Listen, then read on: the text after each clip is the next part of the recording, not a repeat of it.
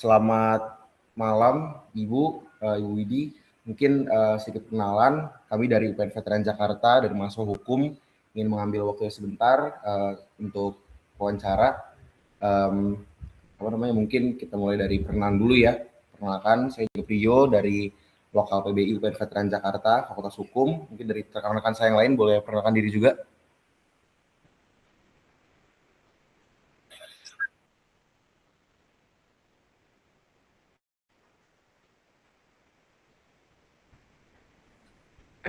Perkenalkan, nama saya Kela Zafira dari Universitas Pembangunan Negeri Veteran Jakarta, Fakultas Hukum. Saya Najwa Zahira dari UPN VJ, Fakultas Hukum. Ya, mungkin sedikit background. Jadi ini adalah tugas wawancara dari mata kuliah HTN atau Hukum Tata Negara. Mungkin dari Ibu sendiri boleh memperkenalkan nama dan mungkin sedikit background atau jabatan dari instansi terkait. Selamat malam adik-adik mahasiswa UPN ya, jurusan Fakultas Hukum ya. Perkenalkan, saya Widi Syanipar. Saya adalah pemeriksa muda. Pemeriksa muda itu jabatan fungsional ya di pemeriksaan di BPKRI. Kita sebagai pemeriksa itu ada levelingnya. Jadi kalau pemeriksa muda ini setara pemeriksa senior lah. Jabatannya itu biasanya kalau dalam pemeriksaan itu sebagai ketua tim gitu ya. Saya sekarang sejak tahun 2024 itu bertugas di Dirjen Pemeriksaan Investigasi BPKRI. Tapi sebelumnya saya bertugas di Dirjen Pemeriksaan Keuangan Negara. Jadi biasanya kita punya pengalaman dulu pemeriksaan di berbagai instansi baru kita masuk ke investigasi gitu ya. Nah, mungkin kalau dari saya sedikit inilah ya, mungkin memperkenalkan sedikit di Dirjen Pemeriksaan Investigasi itu banyak sekali teman-teman hukum ya. Mungkin nanti kalau adik-adik dari UPN berminat ya, karena di BPK itu biasanya banyak orang hanya berpikir tentang keuangan, accounting, padahal enggak. Di audit itu berbagai ini ya, jurusan, ada sarjana teknik gitu, sarjana pertanian juga, dan paling termasuk yang nomor 2 paling baik itu ada sarjana hukum gitu. Jadi kita menanti kehadiran mahasiswa-mahasiswa dari Fakultas Hukum ya bergabung untuk BPK. Oke. Mungkin kalau semua mulai dari untuk pertanyaan aja Ibu ya. Dari yang pertama mungkin terkait dengan peran. Menurut Ibu bagaimana peran BPK dalam mewujudkan akuntabilitas atau transparansi pengelolaan keuangan negara di Indonesia? Jadi peran BPK itu kan ada banyak. Salah satunya adalah mendorong transparansi, akuntabilitas, serta tata kelola keuangan negara yang baik melalui pemeriksaan. Nah, kita itu ada 3 jenis pemeriksaan, yaitu pemeriksaan atas laporan keuangan, pemeriksaan kinerja, dan pemeriksaan dengan tujuan tertentu. Nah, kita mewujudkan itu dengan melaksanakan pemeriksaan tadi. 3 pemeriksaan tadi itu mempunyai tujuan yang berbeda. Kalau pemeriksaan atas laporan keuangan adalah pemeriksaan yang bertujuan untuk menilai kewajaran atas laporan keuangan. Kalau kinerja itu untuk menilai ekonomis, efisien, dan efektif. Yang ketiga dengan tujuan tertentu. Nah, tujuan tertentu ini banyak. Misalnya kita punya fokus hasil pemeriksaan sebelumnya, kita melihat ada permasalahan di masalah akuntabilitas dan tata kelola keuangan terkait pengadaan gitu, pengadaan barang. Nah, hasil itulah kita lakukan pemeriksaan lagi dengan tujuan tertentu. Atau kita melihat ada indikasi tindak pidana korupsi gitu, maka kita melakukan pemeriksaan investigasi.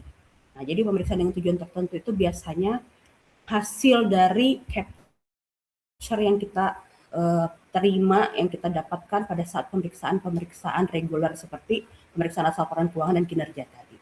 Oke. Mungkin masih terkait dengan pertanyaan pertama ya, mungkin selanjutnya kira-kira apa kira-kira kendala yang paling sering dihadapi oleh BPK dalam mendorong instansi atau lembaga untuk menindaklanjuti rekomendasi pemeriksaan yang tadi sudah disebutkan? Kendalanya, kalau tadi kan pemeriksaannya ya, kalau ini kan tindak lanjutnya gitu ya. Jadi biasanya kendala dari BPK itu adalah kurang kurang responsif gitu ya, para instansi ini untuk menindaklanjuti. Ya mungkin banyak hal, kalau subjektivitasnya ya mungkin mereka kurang mempunyai kesadaran yang tinggi gitu ya dalam melaksanakan tindak lanjut dari pemeriksaan BPK. Tapi juga bisa juga dikarenakan kondisi instansi yang dia itu mengalami reorganisasi gitu ya, sehingga juga kesulitan mereka dalam melaksanakan itu. Jadi kalau BPK sendiri sebenarnya secara periodically kita 6 bulan per semester lah ya, 6 bulan sekali itu kita melakukan pemantauan atas tindak lanjut hasil pemeriksaan BPK.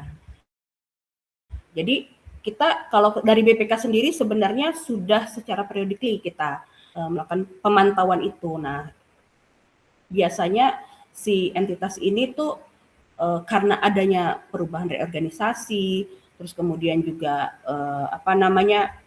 ada orang kan jabatannya mungkin dia promosi atau dia mutasi gitu kan, sementara temuan hasil pemeriksaan ini kan melekat pada jabatan ya gitu kan, sehingga mungkin orang yang lamanya itu pindah, pejabat yang lamanya, nah pejabat yang barunya ini kan dia baru pindah, kemudian juga dia merasa ini permasalahannya apa, dari muka ini juga bukan saya yang melakukan, jadi ada seperti itunya gitu. Jadi mungkin itu yang membuat kita juga harus proaktif, jadi kita secara periodik ini proaktif gitu. Memang kendalanya adalah waktu juga ya, kan per 6 bulan ini mereka juga kan ada kegiatan-kegiatan internal dari entitas itu sendiri gitu. Mungkin itu. Mungkin masih terkait dengan instansi-instansi di luar di BPK. Nah, kira-kira mengapa masih terdapat banyak rekomendasi BPK yang belum ditindaklanjuti nih secara optimal oleh BPK?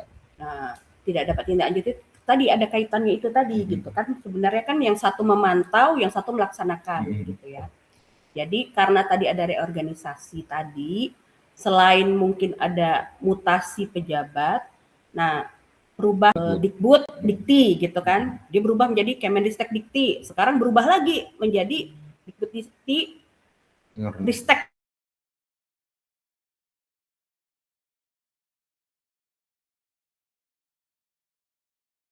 Kalau nggak salah organisasi itu, sehingga rekomendasi kita itu menjadi tidak relevan gitu, karena mungkin unit yang berkaitan sudah tidak ada lagi gitu kan. Jadi ya karena ada organisasi itu tidak relevan lagi dilaksanakan. Biasanya kita kalau memang ada alasan yang dapat dipertanggungjawabkan kenapa dia tidak dapat menindaklanjuti rekomendasi BPK, itu kita memberikan status 4, tidak dapat ditindaklanjuti karena alasan yang dapat dijelaskan gitu. Biasanya kita harus ada bukti organisasi segala macam seperti itu. Itu yang banyak kendala. Bisa jadi kalau menyangkut pihak ketiga, nah ini juga ada biasanya tidak ditlanjuti, misalnya pengembalian atas pemeriksaan karena kurang volume gitu ya. Nah, sehingga kadang-kadang pihak ketiga ini kan adalah kontraktor-kontraktor kecil ya, khususnya misalnya di daerah-daerah gitu. Sehingga ketika kita si PPK-nya ini ingin menagih gitu kan pengembalian kepada negara atas kelebihan pembayaran itu, yang bersangkutan tuh sudah perusahaannya tuh sudah tutup atau bangkrut atau mungkin sudah tidak ada gitu kan, sehingga biaya untuk mencari yang bersangkutan dengan nilai temuannya itu sudah tidak relevan lagi, lebih besar cost-nya daripada pengembalian yang akan diterima negara. Nah, itulah salah satunya. Oke, mungkin boleh kita gali lebih dalam lagi terkait dengan bentuk koordinasi Ibu ya, terkait dengan BPK dengan instansi lain seperti DPR atau pemerintah daerah atau mungkin lembaga lainnya itu dalam menindaklanjuti hasil pemeriksaan itu seperti apa ya Bu? Nah, kalau dengan DPR, kalau dengan ini deh, Kalau dengan instansi atau pemerintah dulu, biasanya kan pemerintah itu mempunyai kewajiban ya untuk menyerahkan laporan keuangannya ya di awal tahun maksimal 28 Februari di awal tahunnya. Nah, kemudian BPK itu berdasarkan ketentuan Undang-Undang Nomor 15 Tahun 2004 dia harus melakukan pemeriksaan nih selama 2 bulan maksimal. Hasil pemeriksaan ini harus diserahkan kepada DPR. Nah, salah satu lembaga negara yang menjadi counterpart BPK itu adalah DPR. Nah, ketika BPK setelah melakukan pemeriksaan, BPK menyerahkan hasil pemeriksaan ini kepada DPR. Nah, DPR itu kan di dalam itu kan ada komisi-komisi ya. Jadi misalnya komisi 1 membawahi kementerian mana, komisi 2, komisi 3. Nah, nanti hasil pemeriksaan BPK ini itulah jadi sebagai bahan pembahasan di DPR untuk kemudian nanti mereka melalui komisi-komisi itu berkoordinasilah dengan instansi atau lembaga-lembaga yang berada di bawah pengawasan mereka. Nah, jadi dia simultan. Selain BPK melakukan pengawasan pemantauan periodically 6 bulan kepada instansi tersebut, kemudian kita berkoordinasi dengan DPR atau DPRD. Kalau daerah kan DPRD ya, kalau pusat kan DPR. Nah, nanti masing-masing DPR dan DPRD ini juga berkoordinasi dengan instansi atau pemda-pemda yang di bawah pengawasan dia gitu untuk memantau lagi. Nah, kemudian itu tadi kan setelah penyerahan. Kemudian juga setelah kita menyerahkan ke DPR, bersamaan juga kita menyerahkan laporan hasil pemeriksaan itu kepada instansi terkait dan kalau untuk pemerintah pusat itu kepada presiden. Nah, nanti mereka ada waktu maksimal 60 hari sejak laporan kita serahkan kepada instansi atau presiden itu sudah harus ditindaklanjuti.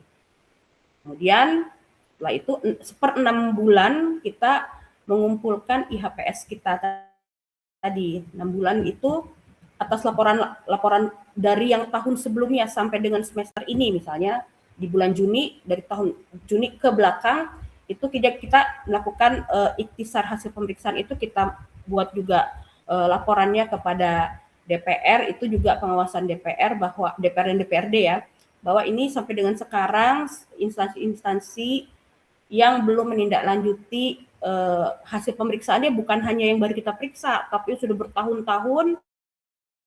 Nah, itu nanti juga mereka tindak lanjuti. Nanti kita biasanya adalah koordinasi, kita pembahasan, biasanya kendalanya apa gitu. Itu jadi kita selain kita ke instansi terkait, kita juga dengan DPR gitu. Seperti itu. Baik, Ibu, mungkin pertanyaan terakhir Ibu ya, terkait dengan solusi, langkah atau solusi apa yang perlu dilakukan untuk meningkatkan efektivitas tindak lanjut rekomendasi BPK serta memperkuat koordinasi antar lembaga, Ibu. Kira-kira seperti apa? Nah, kalau memperkuat berarti masing-masing pihak punya peran ya.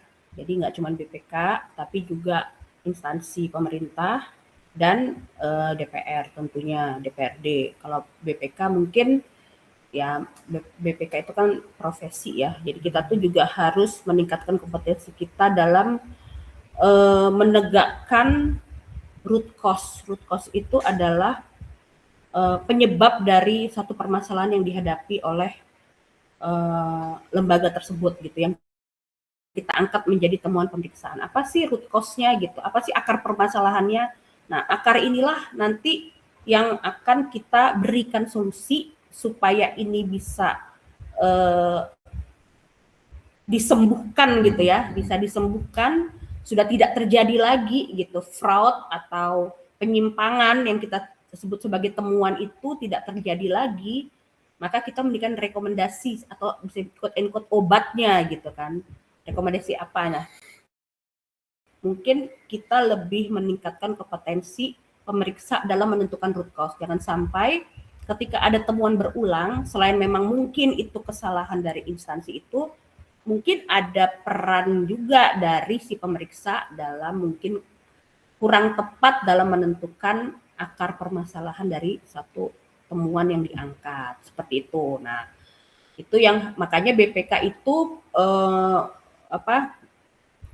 berkomitmen dalam meningkatkan kompetensi pemeriksanya itu dengan mewajibkan pemeriksa itu melakukan mengikuti pelatihan baik itu bentuknya adalah diklat peran ya, maksudnya peran tadi itu pemeriksa muda, pemeriksa pertama, pemeriksa madya, ada juga diklat-diklat terkait teknis pemeriksaan secara detail gitu. Nah, itu wajib dilaksanakan 40 jam per tahun atau 80 jam per 2 tahun. Itu wajib. Jadi, walaupun kita sedang meriksa berada di Papua, ternyata mendekati akhir tahun kita belum 40 jam nih. Nah, kita wajib tuh. Nah, kita juga BPK tuh menyediakan namanya self learning. Jadi tidak perlu harus diklat dilaksanakan daring gitu, tapi self learning. Jadi dia sudah ada di website diklat kita baca modulnya, kita baca video penjelasannya, kemudian ya kita tes gitu. Jadi tapi tema-tema itu disesuaikan dengan kebutuhan pemeriksaan kita. Jadi misalnya kalau Dirjen Pemeriksaan Investigasi, berarti tema-tema terkait fraud, ya kan, terkait hukum, ya kan, terkait tindak pidana korupsi, disesuaikan. Kalau di JPKN yang lain juga disesuaikan. Misalnya dia memeriksa Kementerian Keuangan, maka misalnya kan itu ada Dirjen Pajak, maka diklat yang diberikan adalah diklat pajak. Jadi jangan nggak sembarangan juga gitu. Jadi disesuaikan dengan di mana auditor itu ditempatkan. Nah, itu dari sisi BPK-nya. Kalau dari sisi instansinya juga mereka untuk meningkatkan itu ya mereka wajib untuk dengan segera gitu kan untuk merespon. Nah, biasanya kita memang langsung berkoordinasi dengan pimpinan lembaga atau instansi tersebut gitu secara pimpinan dan kepimpinan ya, untuk agar jajaran di bawahnya itu merespon segera hasil pemeriksaan kita. Kalau dengan DPR ya DPR juga dia secara proaktif juga, misalnya menanyakan kendala-kendala bukan hanya ke BPK tapi ke instansi, karena si instansi ini kan nanti melaksanakan gitu. Dia juga bisa memberikan masukan-masukan kepada instansi yang di bawah pengawasan dia. Jadi yang ada di masing-masing komisi itu. Seperti itu. Baik, terima kasih banyak Ibu Widi untuk jawabannya. Mungkin dari rekan-rekan teman-teman saya ada yang ingin ditanyakan atau mungkin ada yang ingin ditambahkan dari INJ atau dari Akel atau dari Najwa? Aman semuanya?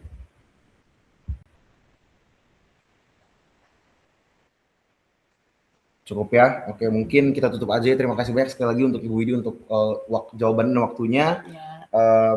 Mungkin kita sudahi di sini interviewnya atau wawancaranya. Kami izin memindah jawabannya ke laporan ya Bu ya, untuk jadi laporan untuk tugas kami. Terima kasih banyak Ibu. Ya, terima kasih banyak Adik-adik semua.